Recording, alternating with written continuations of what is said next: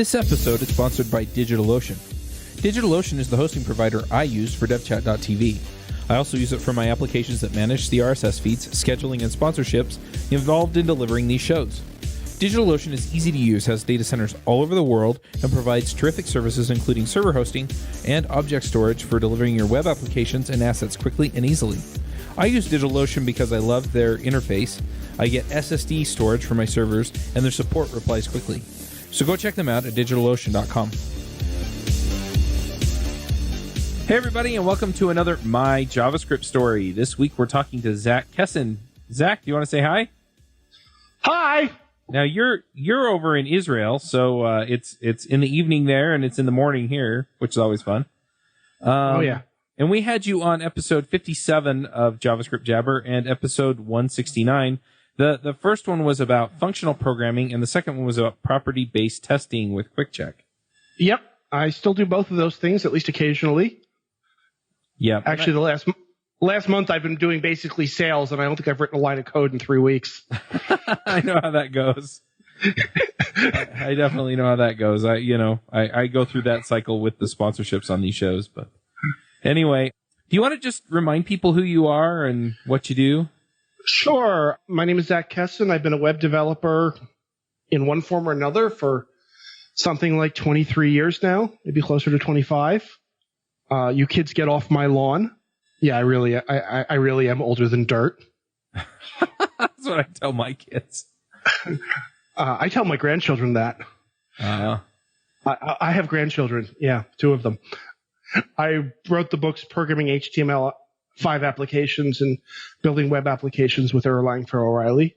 They're both really out of date, so they're at this point more interesting for historical values. And these days I play with Watson a lot, which is really cool. I also play with Erlang a lot, and on the front end I do a lot of Elm code. Nice. So very much in that functional programming camp. Yeah, very much so. I've decided that I want to use technologies that ensure that I will never be able to find a job. Uh-huh. I'm kidding about that, mostly. Gotcha. But yeah, that's sort of what I do. And Elm is awesome. I love Elm. So that's probably what we should talk about. Probably. Now, this is mostly about just capturing your story, how you got into code, what you've done with JavaScript and things like that. I know we're also going to dig into Erlang, though, and Elm and things like that. So it should be kind of an interesting and, I guess, well-rounded conversation about a lot of these topics. Well, it will only be well-rounded if we talk about Lisp. There we go. I've written me some Lisp, Scheme, but anyway. Me too. Well, so anyway, the first question that I usually ask is, how did you get into programming? So my mother was actually writing Lisp in 1969 in college. Mm-hmm. And when I was a kid, and I wanted a computer, and my mom said, I was 7 at the time, if I could come up with half the money, she'd pay for the rest. And so I called all my relatives and begged for money. See previous comment, I was 7. And we bought a Radio Shack color computer, 16 kilobytes. That's kilobytes with a K of RAM. And it had BASIC on it. My mom taught me to program in BASIC. Actually, before we even had a computer, she taught me to program by basically doing Logo, whereas having a computer, she would just do it with her hand with a pen. Oh, wow.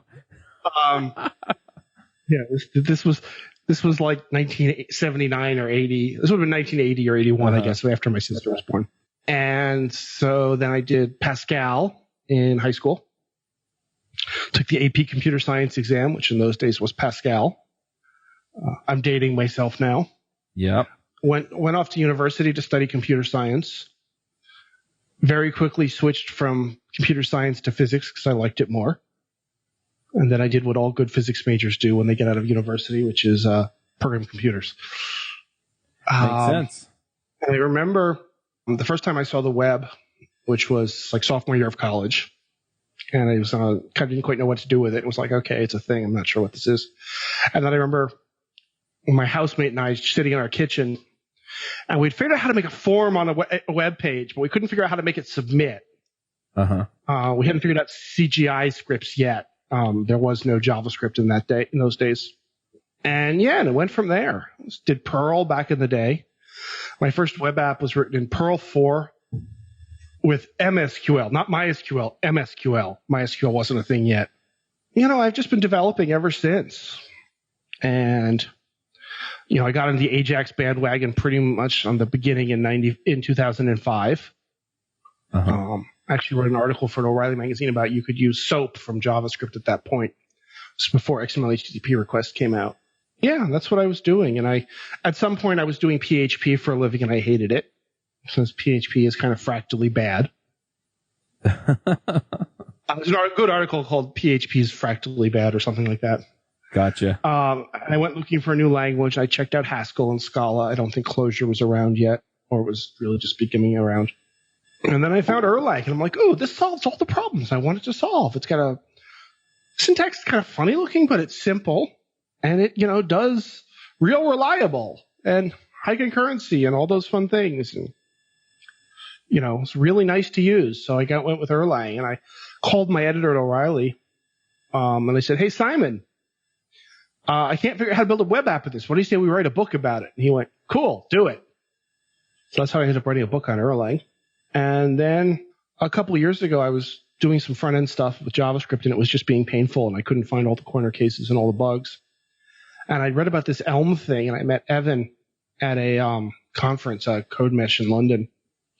This would be 2015. And he sat down with me for a day, and we showed me how to use Elm version 0.14 maybe, 0.15. And I've been using it ever since, and it's been getting better ever since. Cool. I like the fact that all right, you can crash Elm at runtime, but it's hard. There are 2 or 3 ways to do it. I'm waiting for somebody listening to go, challenge accepted. Oh, I can tell you how to do it. I did a video on my YouTube channel. I mean, obviously you can do a Stack Overflow right out of memory, but even that's hard. If you do an integer division by 0, it'll crash. Mm-hmm. Although a floating point division by 0 will not. That's a bug. It'll be fixed in the next version. Or if you instantiate a regular expression data type on an invalid regex, that'll crash your code. Gotcha. Those are the two of the ways. I think there are a couple others, but those are both considered bugs in Elm. And there are a couple others, but they're all getting fixed in the next version. So I like the fact that bugs that in JavaScript might have taken me all day to debug because, I misspelled a variable wrong or something, or a field name. In Elm, it's just, compiler error. Oh, that's the problem right there. 30 seconds and I'm done. It's like, it just saves me a metric buttload of work. I've heard that from a few people that use it. One thing that I would like to kind of dive into a little bit is, you mentioned learning to code as a kid. And I think a lot of folks think that that's kind of what you need in order to be a programmer, right? You have to have kind of come up in it. And I know plenty of people who haven't. I'm a little curious. What was it as a young person or as a kid that you found in programming that made you want to do it for the rest of your life? I'm not sure I even remember. I mean, clearly, I don't think you need to have been programming since you were 11. Mm-hmm. Honestly, I think there's some advantage to having not done so. There's less bad habits you have to unlearn. Yeah. I think I just wanted to figure out how to make it do things. But I don't even remember what my motivation was as a kid. I just remember I wanted to. You could ask my mother, I guess. She'd know. Mm-hmm. Yeah, like if you're later in life and you're thinking about jumping into this programming thing, don't be afraid. And also I would say if you ever get to the point in a project as a new programmer where you're on the verge of tears because nothing is working right, that doesn't mean you're a bad programmer. It just means you're having a crappy day. We've all been there. It's okay. I was going to say I just talked to Kyle Simpson for this same show right before I talked to you, and for him he makes it sound almost normal, right? We kind of accidentally get it right most of the time. I don't know. Since I started using Elm, I've discovered the number of tiers I put into the average project has gone way down. Right. I mean, I'm not saying it doesn't occasionally come up with weird stuff that you have to deal with, but it's much less. Mm-hmm. The compiler, a lot of the bugs that you'd find at runtime in JavaScript, the compiler finds in Elm for you. and gives you an error message that tells you exactly how to fix the problem. Right. So it's like, oh, you misspelled this. I think you meant this. Oh, okay. So I also find that I write a lot fewer tests in Elm code than in JavaScript code. Mm-hmm.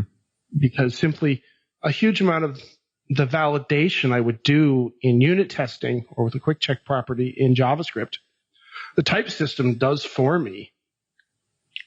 And so, why write, I actually have a video on my YouTube channel. I'll send you a link to it, called The Function That Can't Be Tested. And it shows how to, in JavaScript, or not in JavaScript, in Elm, sorry. It's been a long day. That it's like there's certain functions that, and they're fairly basic ones, like the function to take the first element out of a tuple, for which, on one hand, it's fairly trivial to write a unit test for it. It's not that you can't. It's just that it is, assuming you don't use debug.crash, which basically is something you'd only use in testing. Right. It is impossible to write a test for that function that would fail while the code still compiles. So any fault that could happen in that function will be discovered by the compiler, and any test therefore would be, you could write it, but it would be just completely redundant. Mm-hmm. And I think that's a really cool idea.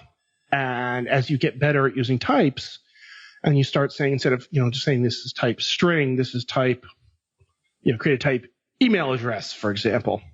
You sort of reduce the number of bugs you can have even further because, oh, look, you've created this function. It takes an email address type and does something with it. Well, now you can't pass a string in that's something else, You do the same thing in Erlang with tuples and atoms where, you have a value that is, I don't know, a username or a user ID or whatever. And fundamentally, a user ID is probably just a string, but, or something else could be just an integer, but you don't want to use it as just an integer because, lots of things are integers, and this lets you provide some barriers around that. Yeah. I've been programming long enough to know that if there's a stupid mistake that can be made, I will make it. So I like tools that prevent me from doing that. Yeah. Makes sense. I was going to say, go ahead. The past tense of I know what I'm doing is what the bleep was I thinking? Yeah, that is so true in programming. And life in general. Yeah. So I am wondering, you've done all kinds of stuff with Erlang and Elm, and you actually did an Erlang podcast for a while. Yeah, I did. I'm curious, what of all of these things that you've done or worked on are you most proud of? My YouTube channel is kind of fun. I haven't done new videos in a while, sort of readjusting my business. Mm-hmm. Building web applications with Erlang, the book, was definitely, I think, good. I spent a lot of time just recently just mentoring people a little bit, and I think that's very useful. It's a combination of stuff, though. I don't think there's one specific item. I like the fact that I've also, and I think you've done this too, I've made my method of contribution to the community not be, here's another open source package to do something, but, here's audio and video content that may explain things. Right. And I think that has value too. I've also been doing so I think that's good. And I think we need, one of the things we need to work on as programmers is, bringing more people into our communities. It is far too easy to inadvertently do something that may exclude large numbers of people. The percentage of developers who are women, who are minorities of one form or another, are generally pretty low. I'm not as in tune to the U.S. development scene as you are, but it's definitely the case. And we've certainly heard stories of sexual harassment at lots of companies. So I think we really need to. Not that I've done much with this, but I think it's something that the community needs to spend more time on, really focusing on that it's not just about the code. The code is the easy part. It's about the people. Mm-hmm. The code ain't worth a bucket of warped spit if the people aren't around to use it. Yep. Yeah, we definitely see that. There's a lot to talk about there, but that's a topic for a whole nother. Yeah, it is. I was gonna say you could do a podcast, not like an episode, but like a whole podcast series on just that. And yep. And if we're gonna do that, we probably shouldn't have two white guys be the ones talking about it. Well, or not just two white guys. Either way, I think, as long as you go out of your way to gather all the information that you can and then represent it well. Yeah. But I think there is room for more thoughtful conversation than we tend to have on the topic. I think there's room for it. I think there's need for it. So, and yeah. What was Erlang Factory San Francisco and is now being called Codebeam San Francisco, which is coming up, I think, next month. Miriam Penna is going to be one of the keynote speakers. I've known Miriam for a couple of years, and she's an amazing coder and speaker. So I won't be there in person because it's a bit too far, but I'm looking forward to seeing the video on YouTube. Absolutely. So what are you doing now then? You mentioned that you've been doing sales for the last couple of weeks. So where are you at? Are you doing training or coding? I'm actually building AI chatbots around Watson, which are aimed to increase sales for fashion and cosmetics companies. Okay, that's pretty specific. I'm taking a lot of advice off the Freelancers show. So Reuven, Philip, and Jonathan, and Kai, thanks guys. I picked a niche I figure a lot of programmers aren't going to head for. I have an adult daughter who's a makeup artist, and I looked at what I was wearing to work one day and decided I needed to upgrade my wardrobe to something heavily. Oh, you all on the podcast can't see this, but I'm actually wearing a shirt and tie right now, which in Israeli terms might as well be like white tie, top hat, and tails, because Israelis don't wear ties, but I wear one to the office every day, and I'm pretty sure most of my office mates think I'm a little weird for it. But I tell them that you should dress for the job you want, not the job you have. And I don't have the abs to pull off Batman. There you go. I like that. Right. So these chatbots, are they for clients then, or are they for? Yeah. For clients. I'm pitching them to various companies. And one of the things that I realized is a friend of mine commented on LinkedIn that he hates going shopping for clothes, and actually recently had paid a female friend to go with him to the mall to help him buy clothes because he was so bad at it. And I'm like, I wonder if we could solve this with AI. How many people do you know who hate shopping for clothes? Me, I hate shopping for clothes. But we all wear clothes. At least I hope we all do. And we all, I guess, would like to look decent. Yep. So it seems like there's a market there. So that's what I'm working on. Nice. I was trying to do Elm training. There's just people weren't into it. So I changed my mind. It's amazing what you can do when you pick a different niche. Yeah. So cool. Well, yeah, the last part of this episode is picks. Do you have some picks? Do you run your own freelance business? Or maybe you're thinking about picking up some business on the side? Well, then you need FreshBooks. FreshBooks is the quickest and easiest way to get invoices out to your clients. It's easy to use. It works anywhere, available from any device, on the desktop, iPhone, iPad, Android, and all of your data is backed up and secure. And it makes it really easy to get organized and get paid. You'll be tracking time, logging expenses, and invoicing your clients in no time. You can also save time billing, freeing up several days per month to focus on the work that you love, and you get paid faster. FreshBooks customers are paid on average 5 days faster because there's a link on the invoice that says pay me now. And it's a great way to grow your business. Plus, FreshBooks is offering a 30-day trial. That's right, 30-day trial if you try them out. So go to gofreshbooks.com/devchat and enter devchat in the How Did You Hear About Us section. Once again, for a 30-day trial, go to gofreshbooks.com/devchat and enter devchat in the How Did You Hear About Us section. So the first isn't a pick so much as a piece of advice. I guess I'll call this a pick.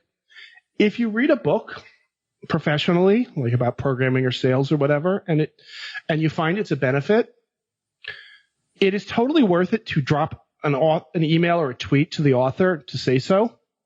I've been on both sides of that email, and I'll tell you, it totally will make, as an author, and as authors I've written, it'll totally make your day. Right. When because it takes a lot of work to write a book. And if you get an email from some random stranger going, hey, I read your book and I just had this great result because of it, it'll totally make their day. I mean, it makes it all worthwhile. So that's one.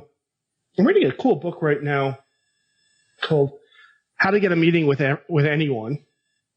Nice. By Stu Hinkle, or Hinke. I mispronounced his name. Sorry about that.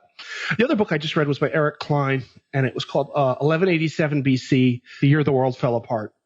And basically at the end, at that point, which is right around when the Exodus from Egypt happened and the fall of Troy, all of the major civilizations of the ancient world collapsed sort of all at once. And this was an analysis of sort of trying to figure out from what we know the hows and whys.